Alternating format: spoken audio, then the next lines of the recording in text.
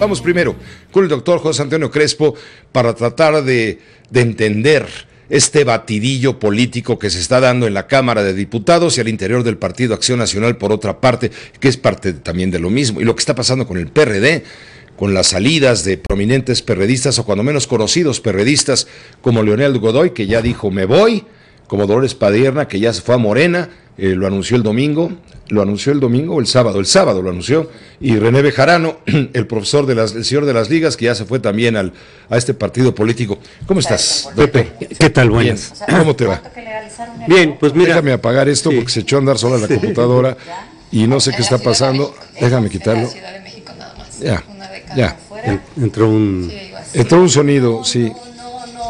O sea, no es por el tema del aborto, ¿no? O sea, son temas que Perdona. brindan muchísima libertad a la mujer. No sé qué pasa. El poder de decir, yo si quiero lo tengo, Ahorita nos ponemos a oír lo que están diciendo. Ya, listo. Ok. Estas computadoras nuevas que traen muchas cosas que yo no conozco. Bueno. No, aquí hay muchos elementos implicados, de varios tipos, pero de pronto hacen conjunción en esta crisis que hay en el Congreso. Tiene que ver con la confrontación de Ricardo Anaya con el PRI, que a su vez creo que deriva a partir de Coahuila, es decir, le roban al PAN a Coahuila según ellos. Hay el trascendido de que Ricardo Anaya les dijo, oigan, suelten Coahuila, ¿no? Es decir, suelten Coahuila y nosotros nos retiramos del Estado de México, pero se denega, les dicen, no, vamos a quedarnos con Coahuila, lo cual endurece la posición de Anaya, porque para Anaya es muy importante, era muy importante Coahuila, o todavía quizá lo sea, si se anula, para la contienda interna por la candidatura presidencial. Está todavía en litigio Coahuila. Sí, está en litigio. Aunque ya el presidente de la República recibió al gobernador adelantándose y ya le dieron su constancia de mayoría. También se le habían dado la constancia. El organismo electoral local. Así es.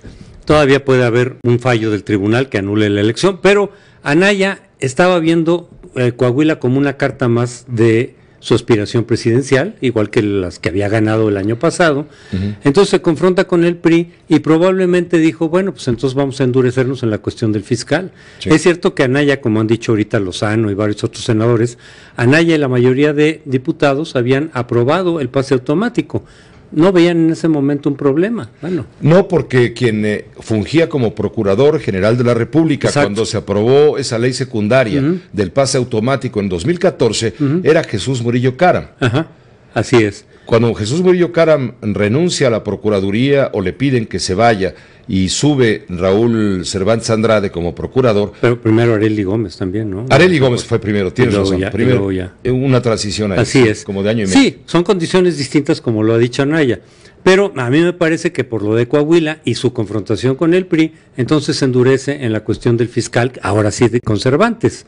¿Por qué? Porque además por el argumento de que Cervantes efectivamente ha sido muy cercano a Peña Nieto, y entonces quizá tiene razón Anaya también en que viene el bombardeo a su familia, al posible enriquecimiento ilícito. No digo que sea inocente o no, sino que sí puede que tenga que ver con la cuestión de nombrar o no nombrar al fiscal, de dar pase o no pase al fiscal. Y entonces ya una posición muy personal de Anaya, que ha estirado mucho la cuerda dentro del PAN para conseguir la candidatura, pues quienes no están con él dentro del propio PAN, quienes están apoyando a otros candidatos, a Moreno Valle, a Margarita. Exactamente, principalmente, exacto, ¿no? Principalmente, también puede ser Moreno Valle porque Javier Lozano está con Moreno Principalmente Valle. Me refiero a Rafael Moreno Valle, que fue gobernador de Puebla, sí, exacto, y Margarita Zavala, la esposa del presidente Felipe Calderón. Exactamente, entonces quienes están apoyando a esos otros precandidatos, pues no tienen por qué hacerle el juego a Anaya en su lucha por la candidatura dentro del partido, y que está usando entonces esta confrontación con el PRI y está usando esta cuestión del fiscal de la República, sí. Y entonces viene este rompimiento ya dentro de los panistas, en particular dentro del Senado. Mira la confrontación brutal de Ricardo Anaya, presidente del PAN, con el gobierno. Con el gobierno y con el PRI. Y con el PRI, sí, claro, los dos. Y por otro lado, al interior de su partido está la contienda interna. Entonces tiene por lo pronto dos frentes explosivos. Sí, porque además están muy enojados los partidarios de estos otros precandidatos y ellos mismos, de que Anaya ha aprovechado mucho el cargo de la presidencia del PAN para proyectarse, ha usado los spots, etcétera, y está prolongando el tiempo. Ya le han dicho, aunque los tiempos legales de la precampaña, como él sostiene, y su equipo, son hasta noviembre, sí, pero estás abusando del cargo de la presidencia, ya retírate. Él estira la cuerda y se está reventando. Ahorita lo que estamos viendo es que se está reventando esa cuerda y está teniendo impacto sobre lo que pasa en el Congreso.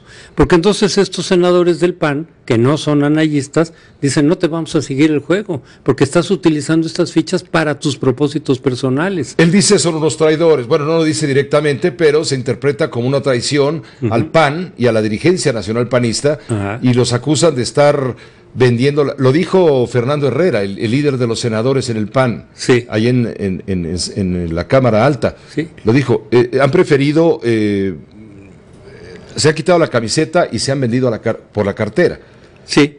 Una acusación sí, muy grave. Una acusación grave y por eso los quieren expulsar. Ellos dicen, pues, claro, los estatutos de los partidos prevén en qué condiciones se puede expulsar a un militante o no, pero al mismo tiempo tienen el recurso del tribunal de defender sus derechos políticos de militante. Es decir, pueden ir con el tribunal y el tribunal puede decir, señores, no hay causa fundamentada para que los expulsen del partido. Claro. Es lo que están diciendo, pero claro, son acusaciones muy fuertes. Mira, no sé qué va a pasar, porque de pronto también estos 5 senadores han dicho, primero que apoyaban a Cervantes por su trayectoria profesional, que no tenía ningún problema, eso empezaron a decir la semana pasada. Y por eso se relaciona lo de Cordero con estos, dicen, están haciendo un intercambio. Cordero, que no era la ficha del resto de los panistas, no era la propuesta, se lo están dando para que estos 5 senadores completen los votos para darle el pase automático a Cervantes. Entonces ya se ve como que están jugando con el PRI, de ahí la acusación de traición. Sin embargo, en estos días de pronto han dado mensajes estos 5 senadores panistas un poco confusos, decir, no, esto no tiene nada que ver con el procurador ni con su pase a fiscal de la República, lo cual nos llevaría a entender que entonces no van a votar en ese sentido. O sea, pareciera que están sugiriendo decir, no tiene nada que ver. Hoy dijo Ernesto Cordero que el pase del fiscal no será en automático. Esto lo dijo Ernesto Cordero. Exacto. Hoy. No está diciendo que va a votar como si fuera un priista. No. Que dice, no va a ser en automático, lo vamos a pelear ahí. Pero no está diciendo que va a votar a favor del pase automático. Exacto. Entonces ya este discurso de estos senadores ya quedó para mí por lo menos muy confuso. Lo iban a apoyar, no lo estuvieron defendiendo, tuvo algo que ver con la negociación de Cordero o no, ellos dicen que no. Bueno, yo creo que hay que atenernos a los hechos que vienen. Ahora, hay un hecho, vamos a ver si votan o no, finalmente. Hay un hecho objetivo, no hay mesa directiva en la Cámara de Diputados, lo acabamos de informar con Sara Pablo. Bueno, lo sabemos desde que no se pudo instalar para el 1 de septiembre, porque hubo bloqueo. Es otra carta de presión del PAN. Claro, el PRI está acusando al PAN de estar secuestrando la Cámara de Diputados. Así es. Se siguió en la de mesa directiva Guadalupe Murguía, panista, pero hasta mañana, al último minuto de mañana, termina el plazo. Si no hay instalación de la mesa directiva, ¿cómo va a entrar la propuesta del presupuesto de ingresos y egresos, que es fundamental, y otros procesos, ¿no? Sí. Entonces tiene que intervenir el Tribunal Electoral del Poder Judicial de la Federación, o en todo caso la Suprema Corte, pero tiene que ser ya. Sí, se hace un bloqueo muy importante ahí en este una crisis. asunto. Es una crisis, por lo menos yo diría de Congreso. No sé si constitucional, pero desde luego es una crisis muy grave. De todas maneras, aquí lo que hay que ver es si a final de cuentas pasa o no Cervantes, con los votos de si es pase automático o no, con lo que digan los senadores panistas y como justifiquen ese desenlace. Vamos a ver si de veras queda o no, porque aquí están en juego 2 cosas, Pepe. Uno, que atañe a todo el país. Yo sí creo, junto con quienes han firmado ese desplegado y muchas otras organizaciones, que no es por la falta de competencia profesional de Cervantes que no debiera ser el fiscal. Eso no está a juicio, ¿no? No, sino su falta de autonomía, su cercanía con Peña Nieto, fue el abogado de la campaña presidencial del PRI y durante los 9 años se está garantizando la impunidad. Efectivamente es lo que hicieron o intentaron hacer gobernadores del PRI, hoy bajo persecución, antes de dejar su cargo. Dejaron un fiscal a modo. Y el gobierno federal, ¿te acuerdas que impugnó esa decisión y echó para abajo esos fiscales a modo?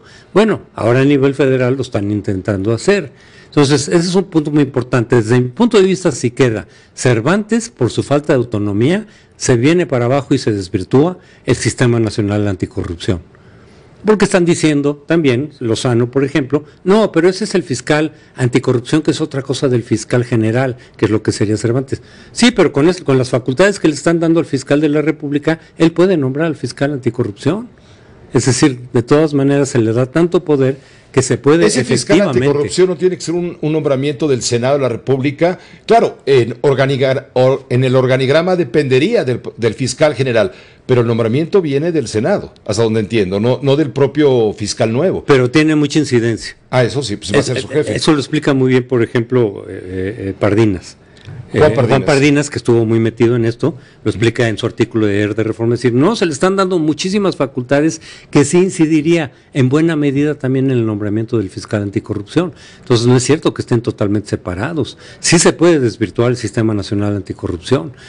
Ese es un punto que está pendiente. El otro es que con todo este pleito, pase lo que pase con Cervantes o no, este pleito interno del PAN por la candidatura, pues ya apunta a su división del partido, apunta a que realmente van a llegar divididos a seleccionar al candidato quién sabe cuándo.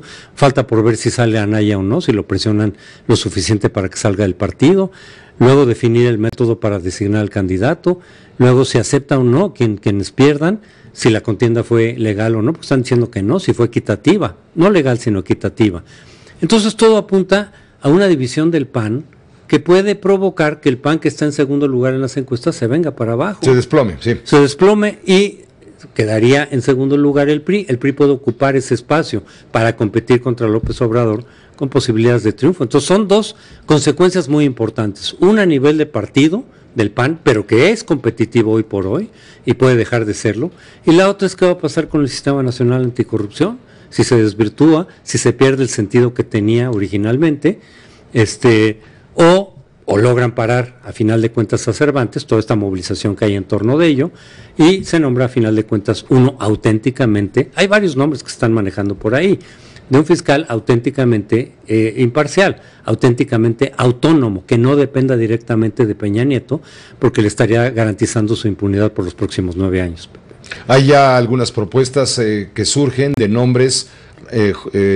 Cosío, José Ramón Cosío. José Ramón Cosío, que es ministro de la Suprema Corte de Justicia. Y que ya va a acabar, parece. Ya va a acabar pronto. Sí. Está el director del CIDE, presidente del CIDE. Sergio López Ayllón. Está también Sergio Aguayo Quesada. Ajá. Está mencionado ahí Sergio Aguayo Quesada, tengo entendido. Hay varios nombres. Hay varios nombres de gente que sí ha tenido una trayectoria autónoma, que no está vinculada directamente con el círculo de Peña Nieto y que en principio podrían garantizar mucho mejor que Cervantes esa autonomía sin la cual esa fiscalía no va a funcionar adecuadamente. Y es que es un punto clave, es un punto estratégico, medular, porque dependiendo de quién sea el primer fiscal general de la República, va a depender si creemos o no en la reestructuración, en el resurgimiento, en la reinvención del sistema judicial mexicano. Así es. El principio del sistema judicial mexicano. Así es, y de un combate eficaz, real, contra la corrupción, porque de lo contrario, pues va a quedar muy desvirtuado, va a caer otra vez en la lógica de las cuotas y los cuates,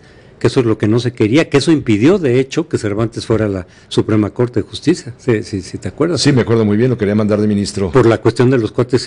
Bueno, pues ahora eso, otra vez esa lógica es la que quieren imponer en la nueva fiscalía. Pues muchas gracias, José Antonio Crespo, por la explicación. Pepe. Gracias. Espero que haya sido de su interés toda esta explicación contextual para entender, pues, este batidillo, como le llaman algunos.